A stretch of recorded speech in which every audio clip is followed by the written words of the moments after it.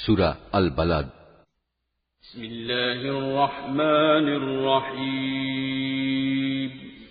রহমান রহিম আল্লাহ তাআলার নামে।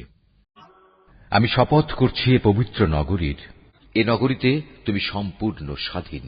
আমি শপথ করছি আদি পিতা ও তার ঔরস থেকে যা সে জন্ম দিয়েছে তাদের। আমি মানুষকে এক কঠোর পরিশ্রম দিয়ে পয়দা করেছি।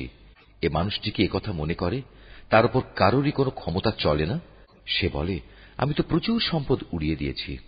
সে কি ভেবেছে তার এসব কর্মকাণ্ড কেউ দেখেনি? আমি কি ভালো মন্দ দেখার জন্য তাকে দুটো চোখ দেইনি? আমি কি তাকে একটি জিহ্বা ও দুটো ঠোঁট দেইনি?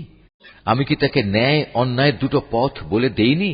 কিন্তু সে তো দুর্গম পথ পার হওয়ার হিম্মত দেখায়নি। তুমি কি জানো সে দুর্গম পথটি কি? তা হচ্ছে দাসত্বের শেকল খুলে মুক্ত করে দেয়া, দুর্ভিক্ষের দিনে কাউকে কিছু খাবার দেয়া, নিকটতম কোনো আত্মীয় এতিমকে আহার পৌঁছানো, কিংবা ধুলো লুণ্ঠিত কোনো মিসকিনকে কিছু দান করা। অতঃপর তাদের দলে সামিল হয়ে যারা ঈমান আনবে, একে অপরকে ধৈর্যের অনুশীলন করাবে এবং একে অপরকে দয়া দেখানোর উপদেশ দেবে, সত্যিকার অর্থে এরাই হচ্ছে ডান দিকের সৌভাগ্যবান লোক।